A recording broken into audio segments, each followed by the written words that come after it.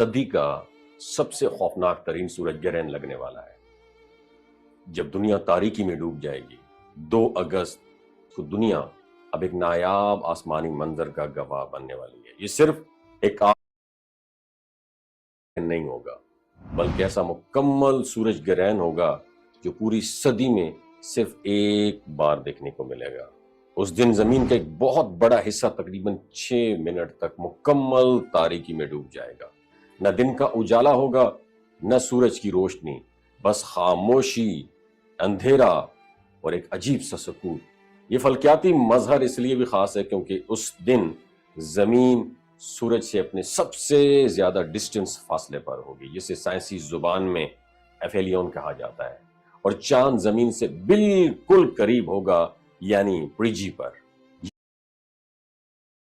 وہ 2 فیکٹرز ہیں جب ایک ساتھ واقع ہوتے ہیں تو چاند سورج کو مکمل طور پر ڈھانپ لیتا ہے، دنیا پر مکمل اندھیرا چھا جاتا ہے۔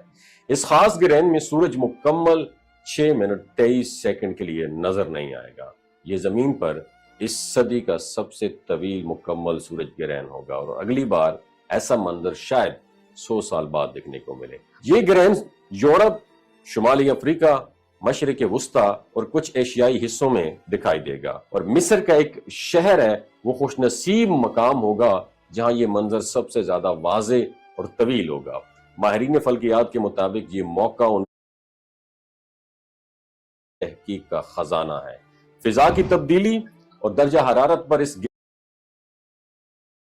کو جانچا جائے گا، لیکن جہاں سائنس اس لمحے کو اور مشاہدے کی نظر سے دیکھتی ہے، وہیں اسلام اسے ایک بہت بڑی نشانی، ایک وارننگ اور روحانی لمحہ قرار دیتا ہے۔ نبی پاک صلی اللہ علیہ وآلہ وسلم کے زمانے میں بھی سورج گرہن ہوا تو آپ سخت خوف زدہ ہو کر مسجد میں تشریف لے گئے، لوگوں کو نماز، توبہ، استغفار اور اللہ کی یاد کی تلقین کی۔ آپ صلی اللہ علیہ وآلہ وسلم نے فرمایا، یہ کسی کی موت یا زندگی کی علامت نہیں بلکہ اللہ کی طرف سے ایک نشانی ہے تاکہ بندہ جاگ جائے، اپنی زندگی پر غور کرے، رجوع کرے۔ اسلامی تعلیمات کے مطابق گرہن کے وقت خاص نماز پڑھی جاتی جسے نماز آیات یا نماز کسوف کہا جاتا ہے، اور اس وقت قرآن کی تلاوت، صدقہ دینا، استغفار اور عاجزی اختیار کرنا بہت اہم سمجھا جاتا ہے۔ اللہ تعالیٰ نے قرآن میں بارہا فرمایا کہ ہم انسانوں کو اپنی نشانیاں دکھاتے ہیں تاکہ وہ متنبہ ہو جائیں اور سیدھے راستے کی طرف لوٹ آئیں۔ اور جب ہم فلکیاتی واقعات جیسے سورج گرہن پر غور کرتے ہیں تو ہمیں قیامت کی وہ ہولناک گھڑیاں یاد آتی ہیں جب سورج بے نور ہو جائے گا، چاند پھٹ جائے گا اور آسمان کا رنگ بدل جائے گا۔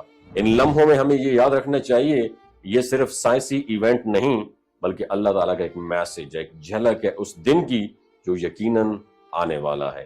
2 اگست کو جب آسمان پر اندھیرا چھا جائے تو صرف اپنی آنکھیں نہیں، اپنے دل بھی کھولیں، سوچیں ہم کہاں کھڑے ہیں، ہماری زندگی کا مقصد، پرپز آف لائف کیا ہے، اور کیا ہم اس دن کے لیے تیار ہیں جب نہ سورج کام آئے گا نہ چاند، صرف ہمارے اعمال جو ہیں ہمارے ہاتھ میں ہوں گے۔